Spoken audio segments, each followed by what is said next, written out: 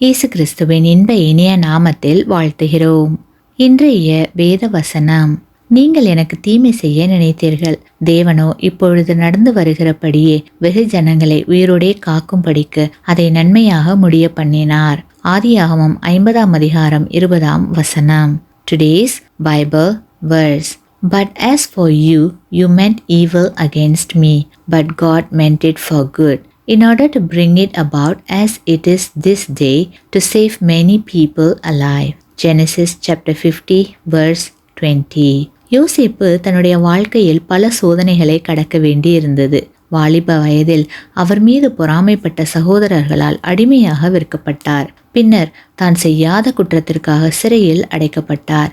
ஆயினும் எகிப்து தேசத்தையும் அவருடைய சொந்த குடும்பத்தாரையும் பஞ்சத்திலிருந்து காப்பாற்ற தேவன் அவரை பயன்படுத்தினார். கிறிஸ்துவுக்குள் அன்பான சகோதர சகோதரிகளே, நாம் அனைவரும் ஒவ்வொரு நாளும் சோதனைகளையும் பிரச்சனைகளையும் சந்திக்கிறோம்.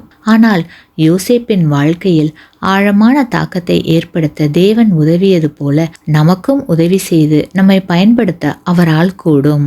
நம்முடைய உதவிக்காகவும் வழிகாட்டுதலுக்காகவும் எப்போதும் தேவனை சார்ந்து கொள்வோம்.